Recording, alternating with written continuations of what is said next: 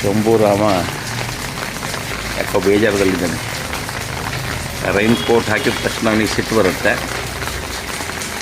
ವಾಕಿಂಗನ್ನು ಕಡಿಮೆ ಮಾಡಿಕೊಂಡು ನಮ್ಮ ಆಫೀಸ್ ಬಾಗಿಲಿದೆಯಲ್ಲ ಅಲ್ಲೇ ಕೆಳಗಡೆ ಆರಾಮಾಗಿ ಕುತ್ಕೊಂಡಿದ್ದಾನೆ. ಸೌತೆಕಾಯಿ ಎಲ್ಲ ತಿಂದಾಗಿದೆ. ಬಾರೋ ಹೋಗೋಣ ಬಾ ಬಾರೋ ಹೋಗೋಣ ಬಾ ವಾಕಿಂಗ್ ಹೋಗೋಣ ಬಾ ಹಾಂ ಬಾಯ್ಲಿ ಹೋಗೋಣ ಬಾರೋ. ಮುಂಗಾರು ಪ್ರಾರಂಭ ಆಗಿರ್ಬೋದು ಅನಿಸುತ್ತೆ. ಆದರೆ ಹವಾಮಾನ ಇಲಾಖೆ ಮುಂಗಾರು ಬಗ್ಗೆ ಇನ್ನೂ ಅಧಿಕೃತ ಘೋಷಣೆ ಮಾಡಿಲ್ಲ. ಅದಕ್ಕೆ ಬೇಕಾದ ತಾಪಮಾನ ಮತ್ತು ಗಾಳಿ ಮಾರುತಗಳು ಇನ್ನೂ ನಿಶ್ಚಿತವಾಗಿಲ್ಲ ಅನ್ನೋ ಒಂದು ಕಾರಣ ಹೇಳ್ತಾರೆ. ಆದರೆ ನಮ್ಮೂರಲ್ಲಿ ಮೊನ್ನೆ ಸೋಮವಾರ ಭಾರಿ ಅನಾಹುತ ಮಾಡಿತ್ತು. ಇವತ್ತು ಬೆಳಗ್ಗೆನೇ ಮಳೆ ನಿರಂತರವಾಗಿ ಬರ್ತಾಯಿದೆ. ಚಪ್ಪಲಿ ಛತ್ರಿ ಎಲ್ಲ ವ್ಯವಸ್ಥೆ ಮಾಡಬೇಕಾಯ್ತು. ಈಗ ಮಾಡ್ಕೊಂಡ್ರ ಮೇಲೆ ವಾಕಿಂಗ್ ಆಗುತ್ತೆ. ಇನ್ನು ನಮ್ಮ ಶಂಭೂರಾಮ್ ಅವರಿಗೆ ರೈನ್ ಕೋಟ್ ಬಂದಿದೆ, ನನಗೆ ಛತ್ರಿ ಬಂದಿದೆ. ಹೀಗೆ ಇವತ್ತಿನ ವಾಕಿಂಗ್ ಪ್ರಾರಂಭ ಆಗಿದೆ.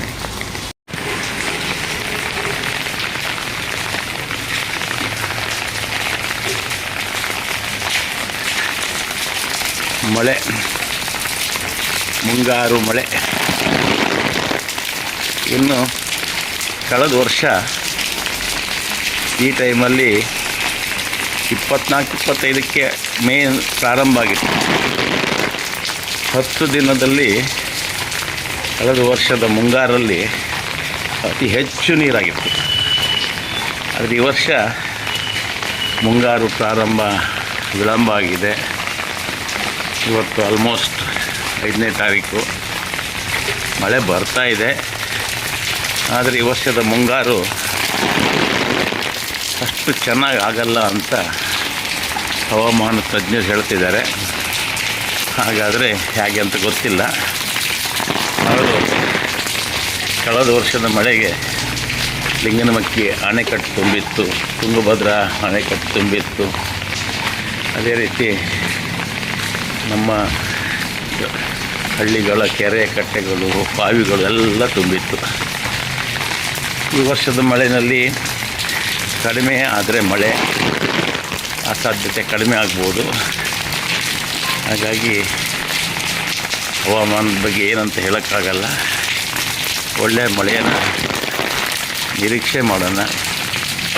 ಇನ್ನು ಹೆಚ್ಚು ಕಡಿಮೆ 3 ತಿಂಗಳು ನಮ್ಮ ವಾಕಿಂಗ್ ಹೀಗೆ ಮಳೆಗಾಲದಲ್ಲೇ ನಡೀತಾನೆ ಇರುತ್ತೆ.